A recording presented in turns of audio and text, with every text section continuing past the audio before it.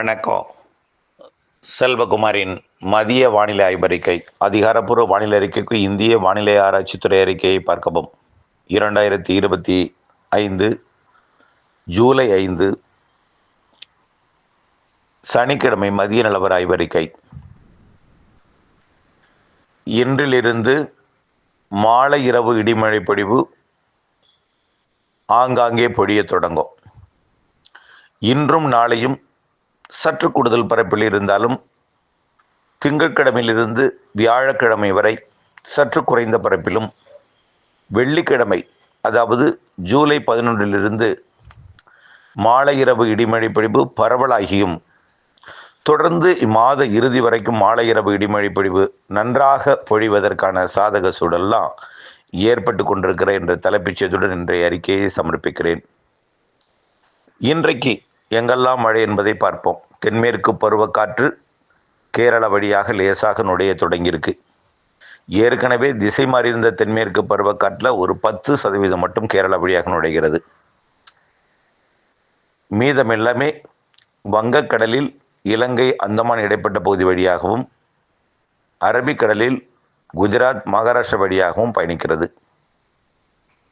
இந்த 10% தென்மேற்கு பருவக்காற்றில் இருக்கக்கூடிய ஈரப்பதம் கேரளாவின் மலை மீது, அதாவது தமிழ்நாடு மேற்கு தொடர்ச்சி மலைப்பகுதிகள் மற்றும் கேரள பகுதிகளில் சாரலையும் நனைக்கும் மழைப்பொழிவையும் ஏற்படுத்தும்.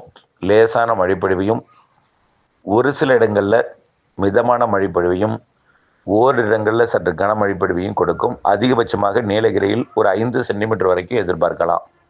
வால்பாறையிலும் 5 சென்டிமீட்டர் வரைக்கும் எதிர்பார்க்கலாம்.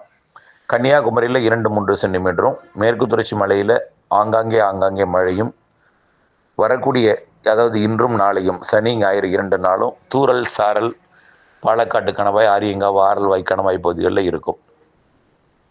இதில் இருக்கக்கூடிய ஈரப்பதம் வெப்பத்தால் லேசாகி மேலெழுந்து கிழக்கு கடலோரம் வந்து வங்கக்கடலின் காற்றோட எதிர்ப்பை பெற்று, அதாவது கிழக்கு மேற்கு திசை காற்று சந்திப்பை பெற்று குளிர்வித்து மாலை இரவு இடிமழை பொழிவை இன்றும் நாளையும் சற்று கூடுதல் பரப்பில் கொடுக்கும். சற்று கூடுதல் பரப்பு தான், பெரிய அளவில் இல்லை.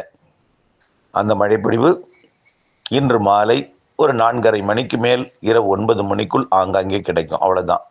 9 மணிக்கு மேல் வாய்ப்பில்லை. மாலை முன்னிரவு மட்டும், அதுவும் ரொம்ப குறைவான பரப்பு தான் ஒரு சில இடங்களில். இன்றைக்கு மழை எதிர்பார்க்கக்கூடிய மாவட்டங்கள் எதுன்னு பார்த்தீங்கன்னா, சிவகங்கை, புதுக்கோட்டை மற்றும் தஞ்சாவூர், இந்த மாவட்டங்களில் ஆங்காங்கே. திருவாரூர் மாவட்டம் மன்னார்குடிக்கு வாய்ப்பு இருக்குது, ஆனால் உறுதி இல்லை. அதே போல் வட உள் மாவட்டங்களில் கொஞ்சம் கூடுதல் இருக்கும்.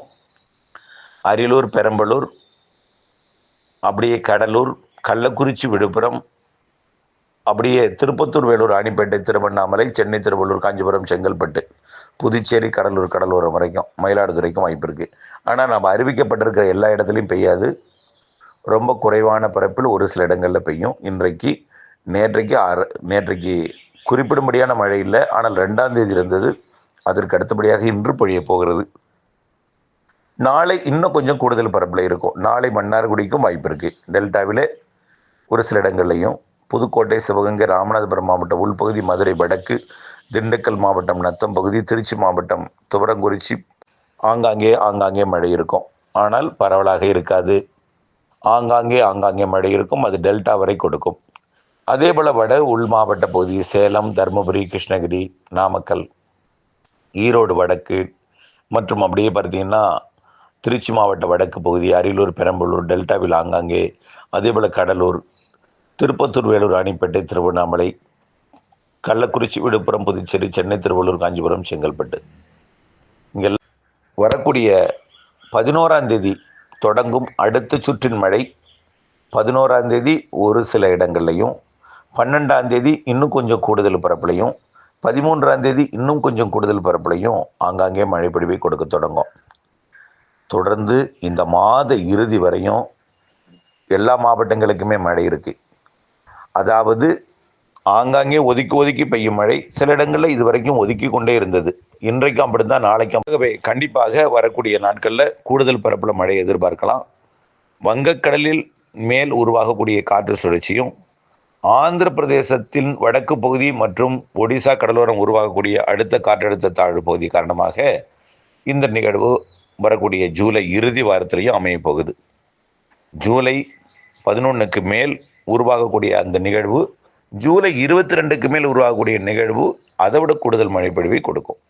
ஆனால் ஒதுக்கி தாங்க இப்பொழுது பெய்து கொண்டிருக்கக்கூடிய மழை ஒரு அரை மணி நேர மழை என்றால் அதற்கு 11ஆம் தேதியிலிருந்து வரக்கூடிய மழை 1 மணி நேரமாக இருக்கும். அரை மணி நேரத்திற்கு மேல் தான் இருக்கும்.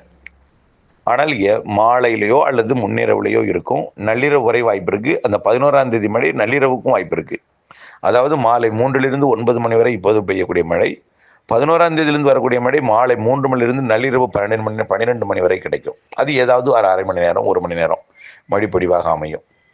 அடுத்தபடியாக வரக்கூடிய 22ஆம் தேதியிலிருந்து வரக்கூடிய மழை கண்டிப்பாக நள்ளிரவு அதிகாலையிலும் அந்த மழைப்பொழிவு கிடைக்கும். ஆக படிப்படியாக மழைப்பொழிவு பரப்பில் அதிகரிக்கப் போகிறது. 11ஆம் தேதியிலிருந்து படிப்படியாக மழைப்பொழிவு நேரமும் அதிகரிக்கப் போகிறது.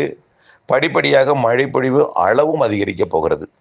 ஆக 2வது 3வது வாரத்தை விட 4வது வாரம் நல்ல மழை இருக்குது ஜூலையில். இதை விட ஆகஸ்ட் மிகச்சிறப்பான மழை இருக்குது.